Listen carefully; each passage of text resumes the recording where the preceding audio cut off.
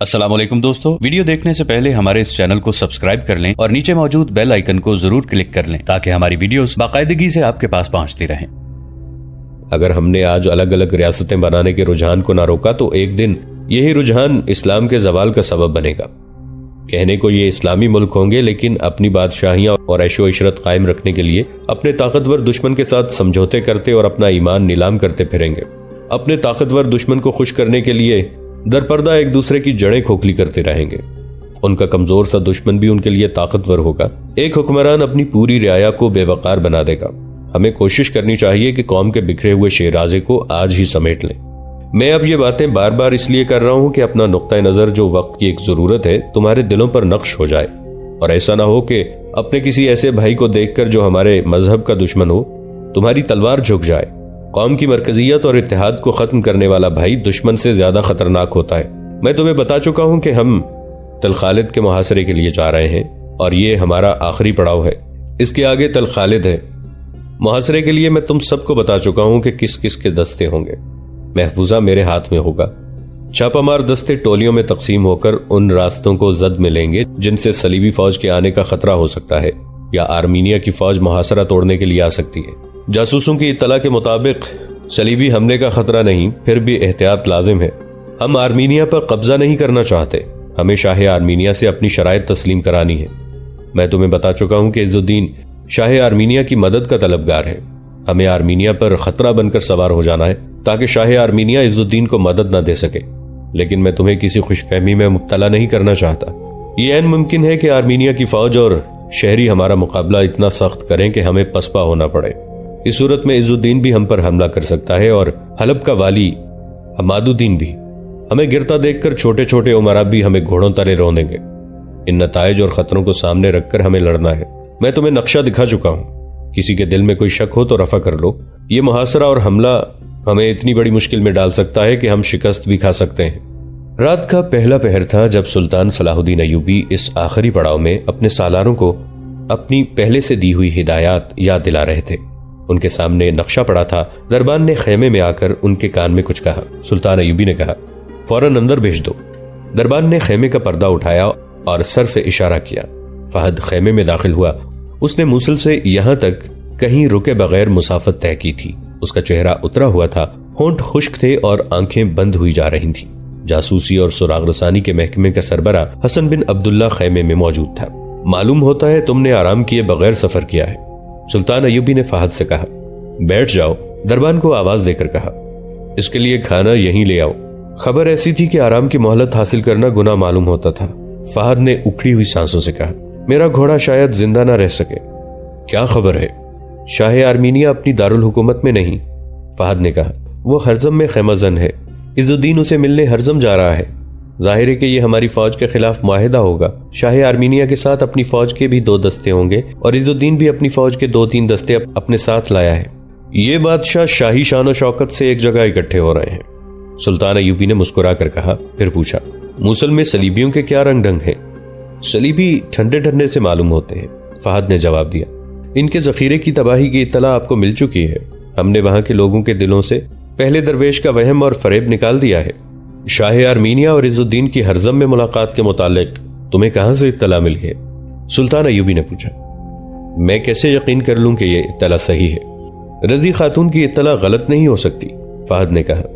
اللہ اس عظیم خاتون کو اپنی رحمتوں سے نوازے، سلطان ایوبی نے کہا، اور جذبات کے غلبے سے ان کی آواز بھر رہا ہے۔ رضی خاتون نے آپ کو سلام کہا ہے، فہد نے کہا، اور یہ بھی کہ عز الدین کے پاؤں لڑنے سے پہلے ہی اکڑ گئے ہیں۔ اس پر گھبراہٹ طاری ہے، اور اگر اسے ایک ضرب اور پڑی تو وہ گھٹنے ٹیک دے گا۔ موصل میں کوئی فوجی ہلچل ہے؟ سلطان ایوبی نے پوچھا۔ کوئی جنگی تیاری؟ صلیبی جاسوس اور مشیر سرگرم ہیں، فہد نے جواب دیا۔ کوئی جنگی تیاری نظر نہیں آتی۔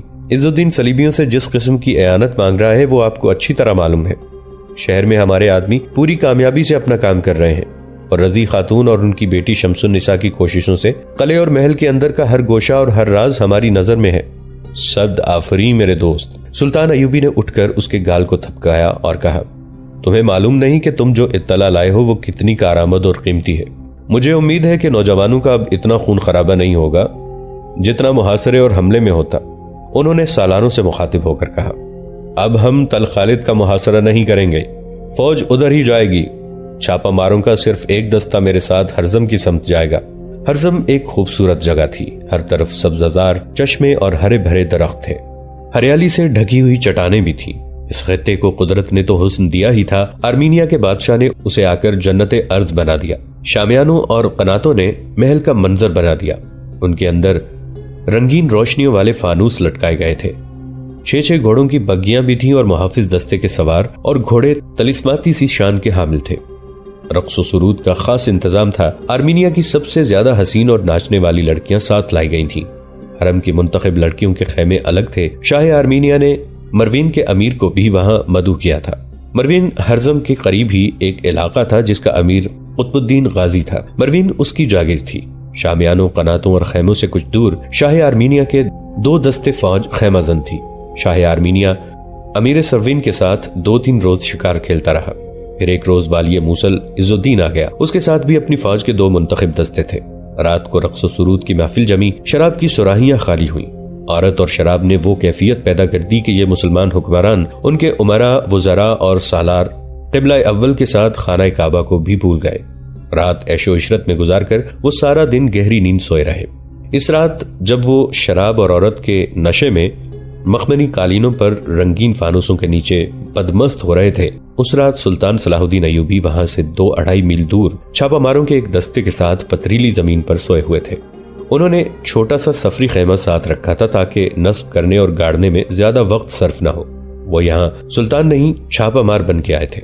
انہوں نے خانہ بدوشوں کے بحروپ میں اپنے جاسوس ہرزم کے اس شاہانہ کیمپ کا جائزہ لینے اور تمام تر ضروری معلومات حاصل کرنے کے لیے بھیج دیے تھے۔ ان میں فہد بھی تھا، اس نے پھٹے پرانے کپڑے پہن رکھے تھے۔ یہ 3-4 جاسوس اپنے اونٹوں کے مہارے پکڑے کیمپ کے اندر گھومتے رہتے تھے۔ انہیں کوئی وہاں ہٹ جانے کو کہتا تو وہ ہاتھ پھیلا کر کھانے کی بھیک مانگتے۔ فہد شاہی شامیانوں کے قریب سے گزرا تو اسے وہ نوجوان خادمہ نظر آئی جس نے اسے رضی خاتون کا پیغام دیا تھا۔ فہد نے اسے پہچان لیا، یہ لڑکی عز الدین کی خصوصی خادمہ تھی جو یہاں بھی اس کے ساتھ آئی تھی۔ فہد نے بھکاریوں کی طرح صدا لگائی، شہزادی آپ کا غلام سفر میں ہے، کچھ کھانے کو مل جائے گا؟ بھاگ جاؤ یہاں سے، لڑکی نے دور سے کہا، ورنہ پکڑے جاؤ گے۔ فہد کو موصل میں تو کوئی نہیں پکڑ سکا۔ فہد نے اپنی اصلی آواز میں کہا، تم یہاں پکڑوا دو۔ اوہ، لڑکی ادھر ادھر دیکھ کر اس کے قریب آ گئی۔ تم پہنچ گئے ہو؟ دیکھ لو میری خبر غلط تو نہیں تھی، لیکن یہاں نہ رکو، چلے جاؤ۔ تم رات کہاں ہوگے؟ آج رات شاید میں جلدی فارغ ہو جاؤں، مل بیٹھتے ہیں، رات گزر گئی ہے۔ تمہیں نے کہا تھا کہ جذبات پر فرض کو غالب نہ آنے دینا، فہد نے کہا۔ ہمارا فرض ابھی ادا نہیں ہوا، زندہ رہے تو مل لیں گے۔ تم نے سب کچھ دیکھ لیا ہے؟ لڑکی نے پوچھا۔ سلطان کہاں ہے؟ سلطان جلدی آئے گا، فہد نے جواب دیا۔ اوئے کون ہے یہ؟ کسی کی آواز آئی۔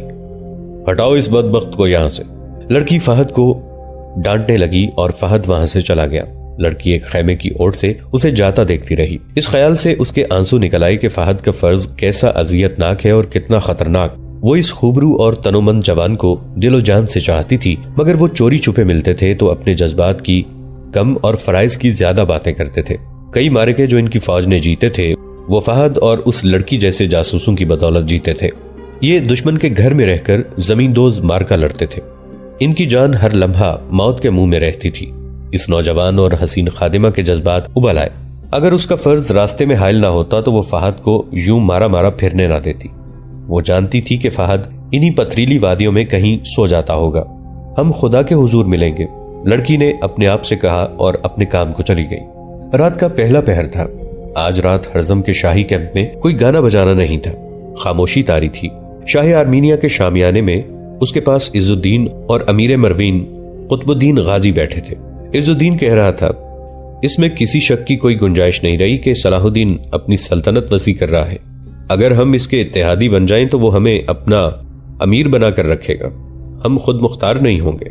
حال ہی میں وہ مسلمان امراء کے کئی قلعوں پر قبضہ کر چکا ہے اور اس کی فوجی طاقت کے خوف سے یہ تمام امراء اور قلعہ دار اس کی اطاعت قبول کر چکے ہیں۔ اگر میں نے اسے نہ روکا تو وہ صرف موصل پر نہیں حلب پر بھی ہاتھ صاف کرنے کی کوشش کرے گا، مگر میں اکیلا اس کے خلاف نہیں لڑ سکتا۔ عماد الدین میرے ساتھ ہے، لیکن اس صورت میں کہ صلاح الدین اپنی فوج لٹیروں کی طرح لیے دندناتا پھر رہا ہے۔ عماد الدین کو اپنی فوج حلب سے نہیں نکالنی چاہیے۔ حلب کا دفاع زیادہ ضروری ہے کیونکہ یہ مقام بہت اچھا ہے۔ میں جانتا ہوں، شاہ آرمینیہ نے کہا، صلیبیوں کی بھی نظریں حلب پر لگی ہوئی ہیں، اسی لیے میں صلیبیوں کے ساتھ کوئی معاہدہ نہیں کرتا۔ عز الدین نے کہا، وہ ہم سے مدد کے عوض حلب مانگیں گے، اور وہ ضرور مانگیں گے۔ قطب الدین غازی نے کہا، میں بہتر یہی سمجھتا ہوں کہ آپ کو آپس میں کوئی معاہدہ کر لینا چاہیے۔ آپ دونوں کی فوجیں ملا کر صلاح الدین ایوبی کو شکست دی جا سکتی ہے۔ مجھے معلوم ہوا ہے کہ صلاح الدین کی فوج تل خالد کی طرف جا رہی ہے۔ عز الدین نے کہا، میری اس کے ساتھ کوئی دشمنی نہیں۔ شاہ آرمینیہ نے کہا، میرا خیال ہے وہ میری سرحدوں سے دور رہے گا۔ میں نے اس کی پیش قدمی کی سمت کا جائزہ لیا ہے، وہ کہیں اور جا رہا ہے۔ مجھے صلیبیوں پر بھروسہ نہیں۔ عز الدین نے کہا، وہ مجھے ہر طرح کی مدد دیتے ہیں، لیکن جنگ صرف سامان اور مشیروں سے نہیں لڑی جا سکتی۔ میں انہیں کہتا ہوں کہ میں صلاح الدین ایوبی کی فوج کو جنگ میں الجھا لیتا ہوں اور اس پر حملہ کر دیں۔ میں نے انہیں یہ بھی مشورہ دیا تھا کہ وہ دمشق اور بغداد کو محاصرے میں لے لیں۔ اگر وہ ایسا کریں تو صلاح الدین ایوبی ہمارے علاقوں سے نکل جائے گا، مگر وہ نہ جانے کیا سوچ رہے ہیں۔ وہ ہم سب کو اپنا محکوم بنانے کی سوچ رہے ہیں۔ شاہ آرمینیہ نے کہا، سلطان ایوبی نہ رہا تو صلیبی ہمیں کھا جائیں گے، ہمیں ان پر بھروسہ کرنا ہی نہیں چاہیے۔ پھر آپ میری مدد کریں۔ عز الدین نے کہا، میں آگے بڑھ کر صلاح الدین سے لڑتا ہوں، آپ اس پر حملہ کریں۔ اس موضوع پر وہ بہت دیر تبادلہ خیالات کرتے رہے۔ آخر شاہ آرمینیہ نے اس شرط پر عز الدین کی تجویز مان لی کہ اس کی فوج کے انسانوں اور جانوروں کی خوراک کی ذمہ داری عز الدین لے۔ عز الدین نے یہ شرط مان لی اور طے ہوا کہ عز الدین صلاح الدین ایوبی کے ساتھ آمنے سامنے کی ٹکر لے گا اور شاہ آرمینیہ کی فوج سلطان ایوبی کی فوج پر عقب سے حملہ کر دے گی۔ عز الدین تجربہ کار جنگجو تھا، جنگ لڑنا اور لڑانا جانتا تھا۔ اس نے وہیں جنگ کی منصوبہ بندی کر لی۔ آدھی رات سے کچھ دیر پہلے کا ذکر ہے جب عز الدین اور شاہ آرمینیہ جنگ کا پلان بنا رہے تھے۔ رات گھوڑوں کے ٹاپوں سے لرزنے لگی۔ شاہ آرمینیہ نے دربان کو بلا کر غصے سے کہا، یہ جن سواروں کے گھوڑے کھل کر بھاگ رہے ہیں انہیں صبح یہاں لے آؤ۔ بدبخت بے خبری کی نیند سو جاتے ہیں۔ مگر یہ گھوڑے اس کے دستے کے نہیں تھے، یہ سلطان صلاح الدین ایوبی کے چھاپہ مار سوار تھے جن کی تعداد 40 اور 50 کے درمیان تھی۔ یہ ان کا شبخون تھا۔ ذرا سی دیر میں باہر قیامت برپا ہو گئی۔ چھاپہ مار 2 حصوں میں تقسیم ہو کر سرپٹ آئے اور گزر گئے۔ ان کے ہاتھوں میں مشعلیں تھیں جن سے وہ فوج کے خیموں کو جلاتے گئے۔ کئی خیموں کو آگ لگ گئی تھی۔ سوئے ہوئے سپاہی ہڑبڑا کر اٹھے۔ فوراً بعد سواروں کی ایک اور موج آئی جو برچھیوں اور تلواروں سے اپنے سامنے آنے والوں کو کاٹتے گزر گئے۔ جلتے ہوئے خیموں نے روشنی کر دی تھی۔ پھر تیروں کا می برسنے لگا۔ ان میں جلتے ہوئے فیتوں والے تیر بھی تھے۔ بندھے ہوئے گھوڑوں اور اونٹوں کا وہ غل کے دہشت تاری ہوئی جا رہی تھی۔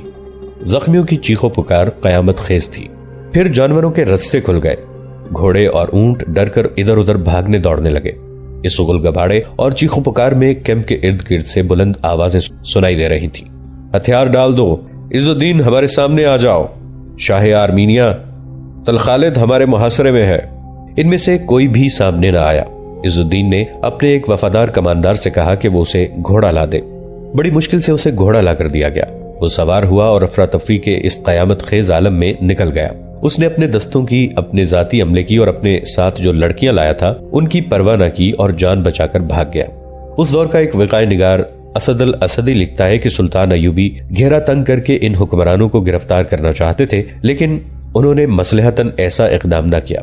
اس کی وجہ یہی ہو سکتی تھی کہ وہ ان حکمرانوں کو اپنا اتحادی بنا کر ان کی فوجوں کو فتح فلسطین کے لیے استعمال کرنا چاہتے تھے۔ وجہ خواہ کچھ بھی تھی، 1183 عیسوی بمطابق 579 ہجری کا یہ معرکہ سلطان ایوبی نے چھاپہ ماروں سے اسی طرح لڑایا اور انہوں نے آگے بڑھ کر کسی کو گرفتار کرنے کی کوشش ہی نہ کی۔ اس شبخون کی نگرانی انہوں نے خود کی تھی۔ شاہ آرمینیہ نے بھاگنے کی بجائے وہیں رکے رہنا مناسب سمجھا۔ رات گزر گئی۔ صبح ہوئی تو کیمپ میں جلے ہوئے خیموں کی راکھ بکھری ہوئی تھی، لاشیں پڑی تھیں، زخمی تڑپ رہے تھے، گھوڑے اور اونٹ ادھر ادھر گھوم پھر رہے تھے۔ حملہ آوروں کا کچھ پتہ نہ تھا کہ کہاں ہیں۔ شاہ آرمینیہ جانتا تھا کہ سلطان ایوبی یہیں کہیں قریب ہی ہوگا۔ وہ سوچنے لگا کہ سلطان ایوبی کو کہاں تلاش کرے۔ اتنے میں اسے 2 سوار آتے نظر آئے۔ وہ شاہ آرمینیہ کے سامنے آ کر اترے اور سلام کیا۔ وہ سلطان ایوبی کے فوجی حکام تھے۔ سلطان صلاح الدین ایوبی نے سلام بھیجا ہے، ایک نے کہا۔ انہوں نے کہا ہے کہ وہ کسی کو گرفتار کرنے کا ارادہ نہیں رکھتے۔ عز الدین واپس موصل چلا جائے اور آرام سے بیٹھ کر سوچے، اور شاہ آرمینیہ کے لیے سلطان محترم نے پیغام دیا ہے کہ ان کی فوج تل خالد کے قریب پہنچ گئی ہے۔ آپ کو شام تک وہاں سے اطلاع مل جائے گی۔ آپ کے پہنچنے تک آپ کا دارالحکومت ہمارے قبضے میں ہوگا۔ اگر آپ سلطان شام و مصر کی شرائط قبول کر لیں تو تلخالد سے فوج واپس آ سکتی ہے۔ اگر آپ مقابلے کا فیصلہ کرتے ہیں تو نتائج کو پہلے ذہن میں رکھ لیں، ہمیں پیغام کا جواب دیں، آپ ہمارے محاصرے میں ہیں۔ سلطان صلاح الدین ایوبی کو میرا سلام کہو، شاہ آرمینیہ نے کہا۔ میں اپنے ایک وزیر کو شام سے پہلے سلطان کے پاس بھیج رہا ہوں۔ دونوں سوار چلے گئے۔ شاہ آرمینیہ کا یہ وزیر بختیمور تھا جو اس کے ساتھ تھا۔ شاہ آرمینیہ نے اسے کہا کہ ہمیں ان لوگوں کے اختلافات اور عداوت میں پڑنے کی ضرورت نہیں، ادھر تل خالد محاصرے میں ہے اور ہم یہاں ہیں۔ جاؤ صلاح الدین ایوبی سے کہو کہ اپنی فوج واپس لے جائے، ہم اس کے کسی دشمن کے ساتھ کوئی معاہدہ اور کوئی اتحاد نہیں کریں گے۔ بختیمور دانش مند وزیر تھا، اس نے سلطان ایوبی کے ساتھ بات کی۔ سلطان ایوبی نے بڑی سخت شرائط پیش کی اور منوا لی۔ بختیمور نے تحریری وعدہ دے دیا کہ شاہ آرمینیہ کی فوج سلطان ایوبی کے کسی دشمن کی مدد کو نہیں جائے گی۔ سلطان ایوبی نے محاصرہ اٹھا لیا اور شاہ آرمینیہ سے ملے بغیر تل خالد کو روانہ ہو گئے۔ ایک اور اہم مقام دیار بکر تھا جو اس زمانے میں امیدہ کہلاتا تھا۔ اس مقام کو جنگی اہمیت حاصل تھی اور اس کی اہمیت یہ تھی کہ اس کے گرد و نواح کے علاقے کے لوگ جنگجو اور فن سپاہ گری کے ماہر تھے۔ سلطان ایوبی کی فوج میں بہت سے سپاہی اسی علاقے کے تھے۔ اپنی فوج کی کمی سلطان ایوبی اسی علاقے سے پوری کیا کرتے تھے۔ یہاں کے لوگ تو سلطان ایوبی کے حامی تھے، مگر ان کے حکمران اپنی حکمرانی قائم کرنے کی خاطر سلطان ایوبی کے مخالف تھے اور مسلمان ہوتے ہوئے صلیبیوں کے ساتھ درپردہ دوستی کی کوشش میں تھے۔ سلطان ایوبی نے اپنی فوج کو دیار بکر کی طرف پیش قدمی کا حکم دے دیا۔ یہ برق رفتار پیش قدمی تھی۔ سلطان ایوبی نے اپنے سالاروں کو اتنا ہی بتایا کہ دیار بکر کو محاصرے میں لے کر اس جگہ پر قبضہ کرنا ہے اور فتح کی صورت میں وہاں کے موجودہ امیر کی کوئی شرط تسلیم نہیں کی جائے گی، کوئی رحم نہیں کیا جائے گا۔ میرا خیال ہے کہ ان امراء پر ظلم نہ کیا جائے، ایک سالار نے کہا۔ ان کی افواج کو اپنی فوج میں شامل کر کے انہیں برائے نام امیر رہنے دیا جائے۔ میں اب کسی سانپ کو قوم کی آستین میں نہیں پلنے دوں گا۔ سلطان ایوبی نے کہا، مجھے اطلاعیں ملی ہیں کہ یہ شخص اپنے علاقے کے لوگوں کو ہماری فوج میں شامل ہونے سے روک رہا ہے اور وہ خلافت کے خلاف کارروائیاں کر رہا ہے۔ ہمیشہ یاد رکھو کہ مرکز سے خود مختاری مانگنے والے یا درپردہ کوششوں سے الگ ہونے والے غدار ہوتے ہیں، اور یہ غدار بہت خطرناک ہوتے ہیں کیونکہ وہ قوم کے دشمن سے مدد لیتے اور اپنی قوم یعنی خلافت کے خلاف استعمال کرتے ہیں۔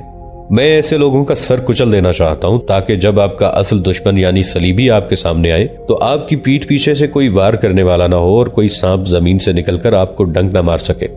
دیار بکر اللہ کے سپاہیوں کا خطہ ہے، ہماری فوج کی 1/4 نفری اسی خطے کی ہے۔ اگر ہم نے ان جنگجوؤں کے غدار حکمران کو بخش دیا تو اس خطے کے لوگوں کا ایمان بھی تباہ ہو جائے گا اور فن سپاہ گری بھی۔ ساری قوم یا کسی ملک کے تمام لوگ غدار یا بے ایمان نہیں ہوا کرتے۔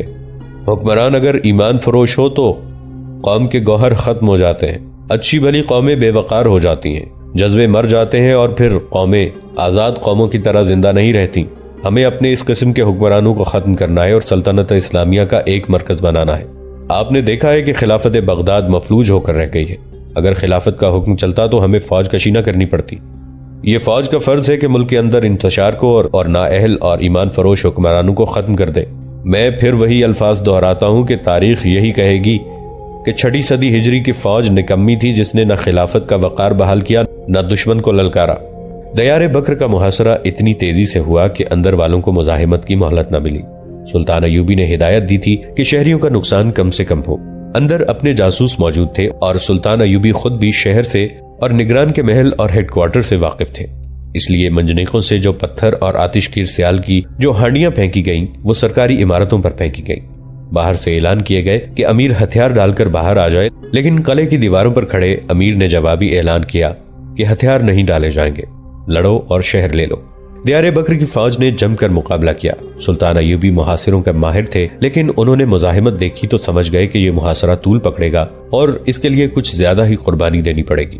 دیواریں توڑنے والے افراد رات کی تاریکی میں دیوار تک پہنچ گئے، لیکن اوپر سے ان پر آگ پھینکی گئی اور وزنی پتھر بھی پھینکے گئے۔ بڑے دروازے پر منجنیقوں سے آتش گیر سیال کی ہانڈیاں پھینک کر فیتے والے تیر مارے گئے، جس سے دروازے کا لکڑی کا حصہ جل گیا، مگر اس کا لوہے کا ڈھانچہ گھنا تھا جس میں سے گزرنا ممکن نہیں تھا۔ تاہم گزرنے کی کوشش کی جا سکتی تھی۔ فضا میں تیر اڑ رہے تھے۔ سلطان ایوبی حیران تھے کہ اندر والے ایسا سخت مقابلہ کیوں کر رہے ہیں۔ یہ راز بعد میں کھلا تھا کہ امیر دیار بکر نے محاصرے کی اطلاع ملتے ہی شہر میں اعلان کرا دیا تھا کہ صلیبیوں نے شہر کا محاصرہ کر لیا ہے۔ اس اعلان پر شہر کے لوگ لڑنے اور مرنے کے لیے تیار ہو گئے تھے اور انہوں نے فوج کے دوش بدوش شہر کی دیوار پر آ کر محاصرہ کرنے والوں پر تیروں اور برچیوں کا می برسا دیا۔ یہ دیکھا گیا تھا کہ چاروں طرف دیوار پر فوج کے ساتھ شہری بھی تھے۔ شہر کے لوگوں کا حوصلہ بلند تھا، لیکن سلطان ایوبی نے شہریوں کو لڑتے دیکھ کر بھی یہ حکم نہ دیا کہ شہر پر بھی آگ برسائی جائے۔ محاصرہ 8 روز جاری رہا۔ زیادہ تر نقصان سلطان صلاح الدین ایوبی کی فوج کا ہو رہا تھا، کیونکہ ان کی ٹولیاں آگے بڑھتی اور تیروں کا نشانہ بنتی تھی۔ پھر ایک معجزہ ہوا۔ شہر کی دیوار سے نعرے گرجنے لگے، یہ صلیبی نہیں ہے، یہ سلطان صلاح الدین ایوبی ہے، ان کے جھنڈے دیکھو، مسلمانوں تم آپس میں لڑ رہے ہو۔ تب سلطان صلاح الدین ایوبی کی فوج میں دیار بکر کے علاقے کے جو سپاہی اور کماندار تھے انہوں نے بلند آواز سے پکارنا شروع کر دیا، ہم تمہارے بیٹے اور تمہارے بھائی ہیں، دروازے کھول دو۔ یہ انکشاف بھی بعد میں ہوا تھا کہ شہر کے اندر سلطان ایوبی کے جو جاسوس اور زمین دوز کارندے تھے انہوں نے بھاگ دوڑ کر لوگوں کو بتایا تھا کہ محاصرہ کرنے والے صلیبی نہیں مسلمان ہیں اور یہ سلطان صلاح الدین ایوبی ہے۔ یہ مہم آسان نہیں تھی۔ جاسوس آزادی سے لوگوں کو سرکاری اعلان کے خلاف کچھ نہیں کہہ سکتے تھے۔ اس مہم میں 2 جاسوس پکڑے بھی گئے۔ انہوں نے کامیابی حاصل کر لی۔ نویں روز اندر کی فوج اور شہریوں کی سوچ اور جذبہ ہی بدل گیا۔ شہریوں نے حکمران اور ان کے حاشیہ برداروں کی دھمکیوں اور چیخ و پکار کی پرواہ نہ کرتے ہوئے شہر کے دروازے کھول دیے۔ جب سلطان ایوبی شہر میں داخل ہوئے تو شہر کے لوگوں نے بے تابی سے نعرے لگا لگا کر ان کا استقبال کیا۔ عورتوں نے منڈیروں اور دریچوں سے ان پر اور ان کی فوج پر اپنے دوپٹے اور رومال پھینکے۔ سلطان صلاح الدین ایوبی نے دیار بکر کے امیر کو شہر سے نکل جانے کا حکم دیا اور یہ شہر نور الدین ابن قارا ارسلان اور ایک اور امیر کو دے دیا۔ قاضی بہاؤدین شداد نے اس کا نام ابن تکن لکھا ہے، جو نور الدین زنگی کے ہی خاندان کا فرد تھا۔ سلطان ایوبی نے انہیں ضروری ہدایات دی، وہاں کی فوج کو اپنی فوج کا حصہ بنایا اور حکم دیا کہ اس علاقے سے مزید فوج تیار کی جائے۔ مئی 1183 عیسوی بمطابق محرم الحرام 579 ہجری میں سلطان ایوبی نے دیار بکر کو اپنی عملداری میں لیا اور حلب کی سمت اپنے سب سے بڑے دشمن حلب کا والی عماد الدین اور حلب کی سمت کوچ کر گئے۔ ان کے سب سے بڑے دشمن حلب کا والی عماد الدین اور موصل کا والی عز الدین تھے۔ اب وہ ان کی طرف توجہ دینا چاہتے تھے۔ فتح حاصل کر کے کون خوش نہیں ہوتا؟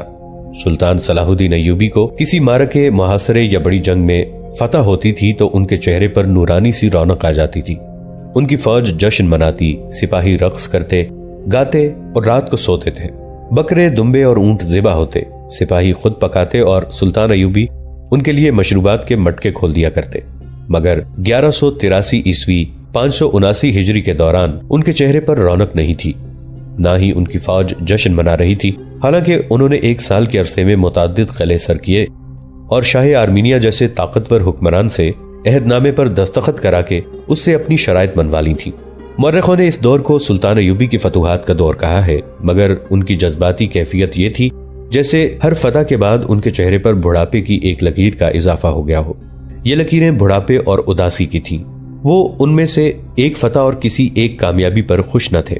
انہیں جب چھاپا ماروں کا سالار سارم مصری فاتحانہ انداز سے اطلاع دیتا تھا کہ گزشتہ رات چھاپا ماروں نے فلاں جگہ شبخون مار کر دشمن کو اتنا نقصان پہنچایا ہے، تو سلطان ایوبی آہستہ سے سر ہلا کر اسے خراج تحسین پیش کرتے اور پھر ان کا سر یوں جھک جاتا جیسے ان کے ضمیر پر ایسا بوجھ آ پڑا ہو جو ان کی برداشت سے باہر ہو۔ مجھے مبارکباد اس روز کہنا جس روز تم صلیبیوں کو شکست دو گے، ایک روز سلطان ایوبی نے اپنے سالاروں سے کہا۔ وہ انہیں دیار بکر کی فتح کے بعد مبارکباد کہنے آئے تھے۔ اس روز تو ان کی آنکھیں لال ہو گئیں جیسے آنسوؤں کو روکنے کی کوشش کر رہے ہوں۔ انہوں نے کہا، تم محسوس نہیں کر رہے کہ ہم گھروں سے نکلے صلیبیوں کو شکست دینے اور انہیں اپنی سرزمینوں سے نکالنے کے لیے، مگر انگلیوں پر گنو کہ تم کتنے برسوں سے اپنے بھائیوں سے لڑ رہے ہو، اور حساب کرو کہ ہم ایک دوسرے کا کتنا خون بہا چکے ہیں۔ کیا تم اسے فتح کہتے ہو؟ اس خانہ جنگی میں جو بھی فتح حاصل کرتا ہوں وہ میری اور تمہاری نہیں، وہ صلیبیوں کی فتح ہوتی ہے۔ جب 2 بھائی آپس میں لڑتے ہیں تو خوشی اور کامیابی ان کے دشمن کی ہوتی ہے۔ میں اسے فتح نہیں کہتا جو ہم نے اپنے بھائیوں پر حاصل کی ہے۔ صلیبی کیوں دبک گئے ہیں؟ ایک سالار نے کہا، ہم آپ کو ان پر بھی فتح حاصل کر کے دکھائیں گے۔ انہیں وہاں سے نکلنے اور لڑنے کی کیا ضرورت جہاں وہ دبک کر بیٹھ گئے ہیں؟ سلطان ایوبی نے کہا، جنگ کا پہلا اصول کیا ہے؟ دشمن کی عسکری قوت کو تباہ کرنا۔ صلیبیوں نے ہماری عسکری قوت کو ہمارے بھائیوں کے ہاتھوں تباہ کرانے کا کامیاب انتظام کر رکھا ہے۔ ہم آپس میں لڑ لڑ کر کمزور ہوتے جا رہے ہیں اور صلیبی حکمران صورتحال اور اس وقت سے فائدہ اٹھاتے ہوئے ہر روز طاقتور ہوتے جا رہے ہیں۔ فلسطین پر ان کا قبضہ مضبوط ہوتا جا رہا ہے۔ حکمرانی سدا اللہ کی ہے، مگر حکمرانی کا نشہ جب انسان پر طاری ہوتا ہے تو مذہب اور ملت کا وقار تو دور کی بات ہے، وہ اپنی بیٹیوں کو ننگا نچانے لگتا ہے۔ جھوٹ اور فریب کاری کو وہ جائز اور ضروری سمجھنے لگتا ہے۔ صلیبی امت رسول مقبول صلی اللہ علیہ وآلہ وسلم کو ریاستوں میں تقسیم کرتے چلے جا رہے ہیں اور اللہ کی فوج کو یہاں ریاستوں میں تقسیم کر کے اسلام کی عسکری قوت کو پارا پارا کر رہے ہیں۔ ہمیں ان علاقوں سے فوج کے لیے بہت بھرتی مل رہی ہے، ایک سالار نے کہا۔ بڑے اچھے سپاہی اور سوار بڑی خوشی سے آ رہے ہیں، لیکن مجھے اس کی کوئی خوشی نہیں۔ سلطان ایوبی نے سب کو چونکا دیا۔ انہوں نے کہا، یہ لوگ صرف اس لیے ہماری فوج میں بھرتی ہو رہے ہیں کہ جس شہر کو فتح کیا جاتا ہے وہاں ہماری فوج لوٹ مار کرتی ہے اور وہاں سے حسین عورتیں ملتی ہیں۔ ہم نے اپنی فوج کو ایسی لوٹ مار اور آبرو ریزی کی اجازت کبھی نہیں دی، ایک اور سالار نے کہا۔ مگر ہمارا دشمن ہماری فوج کے خلاف یہی مشہور کر رہا ہے کہ صلاح الدین ایوبی نے اپنی فوج کو لوٹ مار کی اجازت دے رکھی ہے، اور یہ بھی کہ مفتوح کی جوان لڑکیاں اٹھا لے جانے کی اجازت بھی ہے۔ دشمن نے ہماری فوج کے خلاف یہ بے بنیاد باتیں اس لیے مشہور کر رکھی ہیں کہ خود مسلمانوں کے دلوں میں اسلامی فوج کے خلاف نفرت پیدا ہو جائے اور ہمیں کہیں سے بھی لوگوں کا تعاون نہ ملے، بلکہ ہم جس شہر کا محاصرہ کریں وہاں کے لوگ مسلمان ہوتے ہوئے بھی ہماری اس فوج کے خلاف لڑیں جو اسلامی فوج ہے اور جو ہر لحاظ سے حزب اللہ کہلانے کی حقدار ہے۔ یاد رکھو میرے دوستو، قوم فوج کے بغیر اور فوج قوم کے والہانہ تعاون کے بغیر دشمن کے لیے آسان ہوتی ہے۔ اپنے دشمن کو پہچانو، تمہارا دشمن دانش مند ہے، اس نے ہماری قوم اور فوج میں منافرت پیدا کرنے کا بڑا اچھا اہتمام کیا ہے۔ قرآن نے سیسا پلائی ہوئی دیوار بن جانے کا حکم صرف قوم یا صرف فوج کو نہیں دیا۔ سیسا پلائی ہوئی دیوار قوم اور فوج مل کر بنتی ہے۔ اس دیوار میں شگاف ڈالنے کا یہ طریقہ کارگر ہے کہ فوج کو نااہل، بزدل اور زانی ڈاکو کہہ کر قوم کی نظروں سے گرا دیا جائے۔ دیار بکر کے لوگوں پر تو ایسا کوئی اثر نہیں دیکھا، سارم مصری نے کہا۔ انہیں جو ہی پتا چلا کہ محاصرہ کرنے والے ہم ہیں اور ان کا حکمران اپنی فوج کو اسلامی فوج کے خلاف لڑا رہا ہے، تو لوگوں نے شہر کے دروازے کھول دیے تھے۔ وہاں ہمارے جاسوس زیادہ تعداد میں تھے، سلطان ایوبی نے کہا۔ وہاں کی تمام بڑی مسجدوں کے امام ہمارے آدمی تھے۔ انہوں نے وہاں کے لوگوں کو صرف نماز، روزہ اور حج زکوٰۃ کے واز نہیں دیے، اس کے ساتھ وہ لوگوں کو صلیبیوں کے عزائم اور ایمان فروش عمراء اور حاکموں کے متعلق بھی بتاتے رہے ہیں، اور یہ بھی کہ جب ایک مسلمان دوسرے کا خون بہاتا ہے تو عرش معلیٰ ہل جاتا ہے اور خدا اس بستی پر اپنا قہر نازل کرتا ہے جہاں کے مسلمان مسلمانوں کے خلاف لڑتے اور خون بہاتے ہیں۔ تمہیں یہ معلوم نہیں کہ دیار بکر میں صلیبیوں کے جاسوس اور تخریب کار بھی درویشوں اور صوفیوں اور عالموں کے بحروپ میں موجود تھے، نظریاتی تخریب کاری کرتے تھے، لیکن ہمارے آدمیوں نے ان میں سے بعض کو خفیہ طریقوں سے اغوا اور قتل کیا اور ان کی آواز کو بیکار کر دیا۔ مگر ہم اس وقت جس علاقے میں ہیں یہاں صلیبیوں کی تخریب کاری کامیاب ہو رہی ہے۔